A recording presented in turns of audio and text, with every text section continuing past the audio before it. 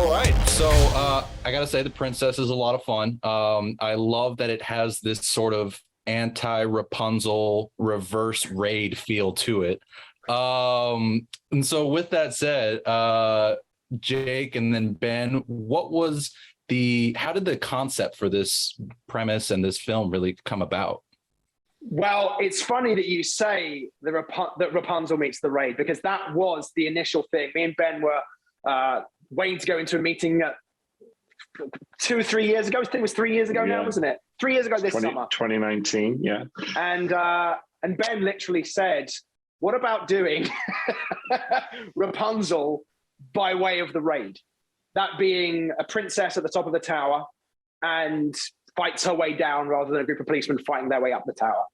And then as soon as I heard it, I was like, yeah, that's a movie right there, And what I loved about it was taking a trope that that being the princess held in a tower, but just doing something that you haven't seen with it before. And I think that was what immediately made me really excited and made Ben, really excited too. And we just got on and started writing it pretty much straight away. Yeah, for me, it really, I have a daughter, I have a 5-year-old daughter, and back then I was watching about as many princess movies as you can imagine and going to Disneyland. And I think at some point, Jake and I have always looked at tropes, and that's kind of been our thing, is to see like, how can we take something that people know and do it in a completely new way? And I was like, okay, here's all these princess movies, but what if one was a badass? And yeah, like Jake said, we ran with that. So we mentioned before we officially started that you guys like to go back into your personal film collections for a lot of inspiration and ideas. And so I'm curious, obviously we just talked about The Raid, but were there any other major films for either of you that served as inspirations when writing this one? Great question. There's definitely some Die Hard in there. Die Hard's one of my favorite movies of all time. And we tend to like kind of create a movie list before we even start writing. And I honestly can't remember what was on that list, although I know The Raid was, because I absolutely remember watching that. And I'm sure we watched some princess movies as well, too, because we probably what a lot of times we'll do, especially when we're working with tropes, is we'll watch movies and kind of write down like what are the classic moments and try and figure that out. Jake, did you have any you could think Again, of? it's funny. I can't immediately recall them either, but like Ben says, we create a watch list, and the kind of first 2 weeks are really good excuses in the writing process. I'm kind of going, I'm busy, honey. I've got a bunch of movies I've got to watch for work. But literally we will watch probably 2 or 3 movies a day. And then we'll kind of get back the next day and talk about what we're taking away from them, that serve as, inspiration points. We call it filling the well. And it's, getting all the things that we love about those movies. And again, it's, great artists borrow and even better artists steal. I love it. That's I love that little euphemism. So with that said, then, since this was very much about breaking down a lot of those princess tropes, I'm curious, what were some of the biggest creative challenges for you both, really, honing in on those tropes, subverting them, and then merging them with this action heavy story? Yeah, challenges. I think what's interesting about this movie is we wanted to make sure that it was contained. That was always kind of our objective, actually, with it from the beginning. So we knew it wasn't going to be a fairy tale in the adventure sense of it, which a lot of times fairy tales are. And we were like, how can we kind of fit those ideas, but within a very kind of singular space and singular time. I think that we really looked at everything and said, what are the things that we think of as a princess, and how can we use those things and do them in a fun, actiony way? And interestingly, I think this one flowed pretty well. We immediately grasped onto a lot of the classic tropes, and maybe that's just because I've been watching a million princess movies. My daughter loves all of them. I think we early on in the process really had questions about tone. You know, we were unsure whether or not we should be going for a kind of hard PG-13 or really embracing what we haven't seen before with this type of movie, which is a full R-rated version of this movie. And in the original script, like we really went for it, you know, and it was, you know, the full-on R-rated violence that I'm so glad to see is still present in the movie, because it just takes, as we're saying, that thing, you know, but completely spins it on its head. People have never seen anything like this before.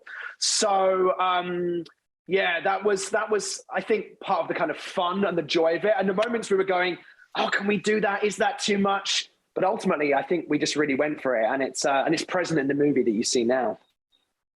So since you mentioned that, then would you say that there was any bits that you did ultimately still have to tone down even to meet the R rating for the writing, or was it all pretty much? There are definitely moments that were in our original script that did not make it in. And I'm sure that there's a combination of reasons, one of which is that this is a Disney movie at the end of the day. So even though it's an R-rated Disney movie, I mean, as Jake was saying, we really went for it with the earlier drafts, and there were things like, you know, sex and nudity that did not make it into the final cut, and I think appropriately so, considering the platforms that it'll be on.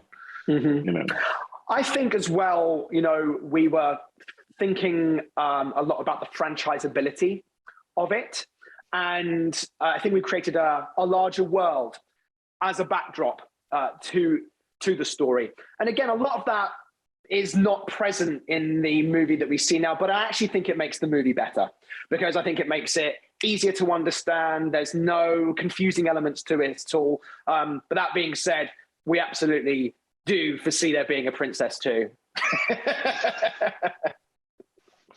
Well, that's awesome to hear, because I know I certainly want to see more of this world. And so with that said, then can you give me any kind of ideas of what you might be thinking for expanding this potential franchise? No. I mean, we have lots of ideas. I mean, I think one of the things that we would continue to like to do is continue to explore the idea of female empowerment, of fairy tale princess tropes, fairy tale tropes, expanding that out even broader. And there's a lot to play with, even when you think of that. Is it a story about a princess rescuing a prince? Have we seen that before? But we don't know yet. But there's I think what's so great about these kinds of worlds is there's so much fertile ground to play in, and we'd really love to do that. So since you do mention the female empowerment nature of the story, I am kind of curious, was there any reservations or concerns during the writing process from either of you about being, you know, two male writers who are writing this very female fronted story? You know, it's interesting. During the initial writing process, I don't think we you know, worried in terms of, can we do it? I truly believe that as storytellers, we can get ourselves into the hearts and minds of people that we don't know that we're creating, and tell a really great story. I think as the process went on, we started to think, you know, there's definitely going to need to have a solid female champion of this movie. Fortunately, Joey King came on early in the process before we sold it to 20th. She's also an executive producer, and so I think by having her as an integral part of the process and of the development process, that certainly helps.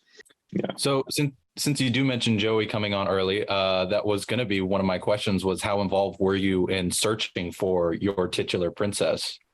Yeah, we're absolutely involved with it from the get-go. Finding that actress was the thing that we needed to do.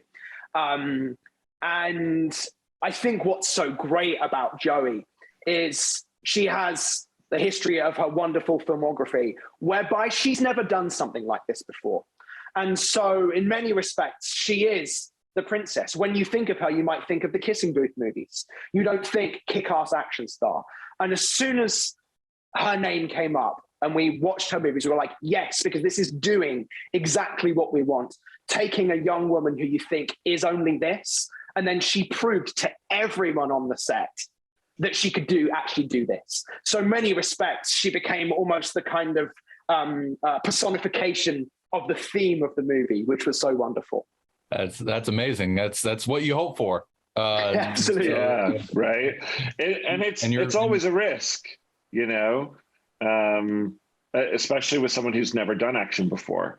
But you know, we knew she had the chops to do the performance, and it was always a question, you know, like, is she gonna do it? Is she gonna pull it off? And she, I think, you know, she even says in interviews that she was afraid at first, thinking the same thing. But I think she, by far and away, exceeded our expectations, and hopefully the audience as well.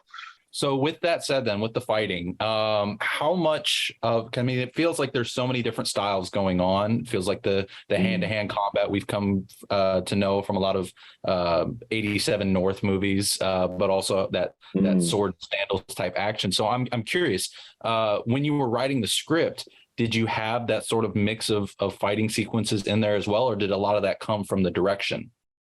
We wrote, I want to say that we wrote a lot of the fight sequences pretty much as they are. Obviously, when you're collaborating with a fantastic director that we got with Kit and the wonderful stunt team that we had, of course, they're going to work all the ins and outs of certain things. But, you know, there's this fight sequence where she has this rope. She has this bit of lace from her corset. And that's been in the draft since day one. You know, moments of this stairwell fight where she pulls the pearls off her necklace. That's been in there since day one. So there've been lots of these moments that really were written in the first draft of the script that continued to make it through. And of course, working with directors and stunt teams only make it better. And I think that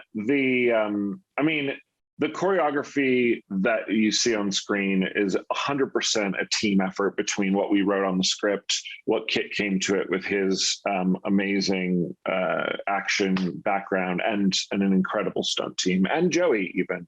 I think that the intention especially was always to have that mix, like you're talking about, of hand-to-hand combat as well as swordplay and weaponry as well.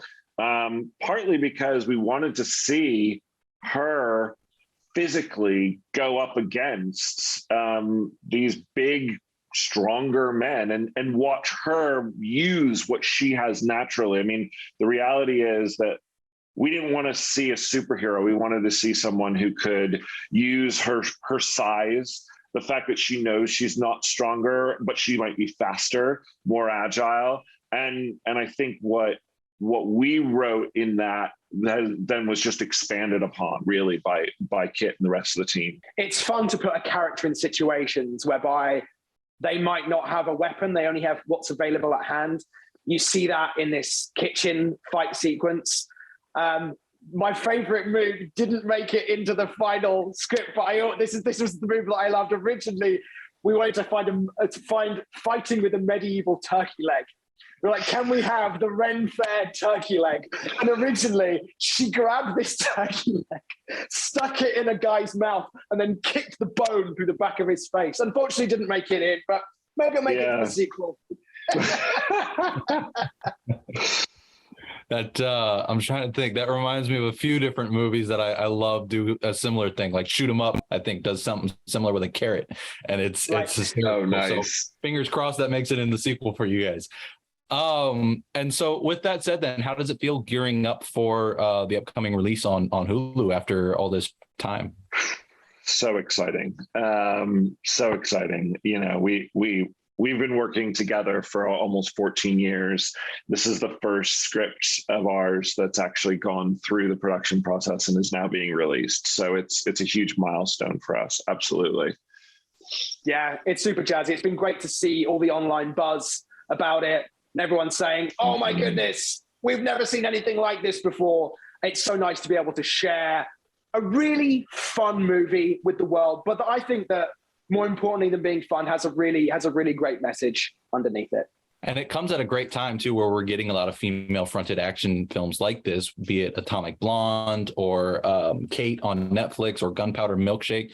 So, I mean, how does it feel going into that genre, with all these various takes on it coming out? I love it. I genuinely think that the female-driven action movie is awesome and long overdue for being the thing that it's really become. And I think that ours does it in a way that you're not seeing in any of these other ones. It's and so that's great. It's like there's no other movie coming out where a princess in a fairy tale castle is doing what Gunpowder Milkshake does, or what Atomic Blonde does. And so I think it's great that we get to be part of that movement and also be something really unique as well.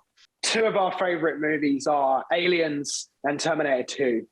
And they are both excellent examples from the 80s and early 90s of incredibly, empowered women taking charge of their situation in fantastic stories. So I'm actually pleased that we're going back to that. I think there was a period of time, I think in the 90s, when that wasn't seen so much, and even in the early 2000s. And I think it's great that movie is making a real resurgence once again. I couldn't agree more, and I think The Princess is an outstanding new chapter in this resurgence for it.